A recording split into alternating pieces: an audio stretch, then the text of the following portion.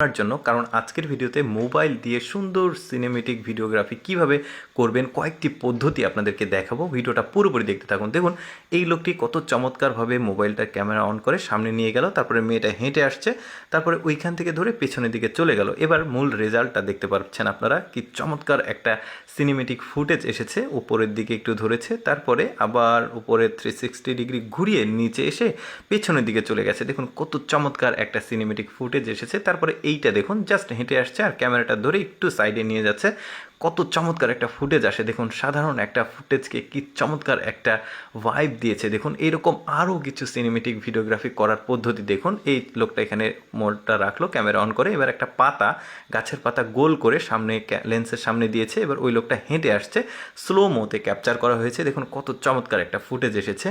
এরপরে দেখুন এই মেয়েটা হেঁটে আসছে আর উনি ভিডিও ধরে সামনে নিয়ে গিয়ে উপরের দিকে একটু 360 ঘুরিয়েছে, কিন্তু মেয়েটা কিন্তু স্টপ হয়নি, সামনে হেঁটে চলে যাচ্ছে, পেছন থেকে ধরেছে। দেখুন কত চমৎকার একটা সিনেমেটিক ফুটেজ এসেছে, দেখতেই পাচ্ছেন, দারুণ লাগছে। কিন্তু আরও কয়েকটা দেখাবো আপনাদেরকে। দেখুন কত চমৎকার উপরের সিনটা নিয়েছে, তারপরে নিচে এসে মেয়েটা হেঁটে চলে যাচ্ছে, মেয়েটা কিন্তু থামেনি, তারপরে ক্যামেরাটা পেছনের দিকে নিয়ে এসেছে। তারপরে দেখুন উপরে দুইটা শিমুল ফুল ছুঁড়ে মেরেছে, তারপরে এই দিক দিয়ে ঘুরাচ্ছে, এই গাছের চারিদিক দিয়ে। দেখুন কত চমৎকার একটা সিনেমেটিক ফুটেজ এসেছে। এই ধরনের সিনেমেটিক ফুটেজ কিন্তু অনেকেই আসলে সোশ্যাল মিডিয়া, বিশেষ করে রিলস হিসেবে আপলোড করে, ইনস্টাগ্রামে আপলোড করে, খুবই আসলে ভাইরাল হয়, দেখতে পাচ্ছেন। এই ধরনের ফুটেজ কিন্তু আপনি ক্যাপচার করতে পারেন। যেমন এই সরিষার ফুলের যে জমি আছে, জাস্ট কিছুই না, পেছন থেকে ফোনটা টেনে নিয়ে এসেছে ক্যামেরা অন করে। দেখুন কত চমৎকার স্লোমো একটা ফুটেজ এসেছে। অনেকের কিন্তু ভ্লগিং করে, ওই ভ্লগিংয়ের মাঝে মাঝে এই ধরনের সিনেমেটিক যে দৃশ্যগুলো, এগুলো দিলে মানে অনেকটা ভিডিও দেখতে ভালো লাগে, মানে বোরিং লাগে না আসলে। এই ধরনের সিনেমেটিক ফুটেজগুলো ইউজ করা যায়। দেখুন এইটা কিভাবে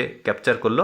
দর্শক একটা ব্যাপার কিন্তু এখানে আপনাদের অবশ্যই মনে রাখতে হবে, আপনি যদি নতুন হন মানে এই ধরনের ফুটেজ নিতে, একটা ব্যাপার আপনি খেয়াল রাখবেন, আপনি যে ফোনটা দিয়ে এই সিনেমেটিক ভিডিওগ্রাফি করবেন ওই ফোনে যেন অবশ্যই অন্তত 60 FPS সাপোর্টেড থাকতে হবে, কারণ ওইটা হচ্ছে ক্যামেরার একটা সেটিংস, তাহলে স্মুথ থাকে অন্তত। আর অনেক সময় 120 FPS থাকে, অনেক সময় 240 FPS থাকে, সর্বনিম্ন 60 FPS যদি থাকে আপনার ক্যামেরা সেটিংসে, মানে ফুটেজ ক্যাপচার, তো ওই ফুটেজটা কিন্তু খুবই স্মুথ হয়, দেখতেও খুবই ভালো লাগে, ঘোলা হয় না, ফেটে যায় না। তো এইরকম চেষ্টা করবেন। এখন বর্তমানে মিড রেঞ্জের যে ফোনগুলো, সেই ফোনগুলোতে কিন্তু 60 FPS থাকে, আর যদি না থাকে, আপনি যদি এই রকম উদ্দেশ্যেই নেন, তাহলে অবশ্যই 60 FPS অন্তত আছে এরকম ক্যামেরা সেটিংসওয়ালা ফোন নেবেন। দর্শক এই ধরনের ফুটেজ কিন্তু ক্যাপচার করতে একদম যে হাই কোয়ালিটির ফোন নিতে হবে এমনটি না, নিতে পারলে ভালো, আর না হলে আপনি মিড রেঞ্জের মধ্যে 40, 45, 50 এইরকম বাজেটের মধ্যে কিন্তু খুব ভালো phone 60 FPS, 120 FPS supported phone পেয়ে যাবেন। দর্শক কেমন লাগলো আজকের এই মোবাইল সিনেমেটিক ভিডিও?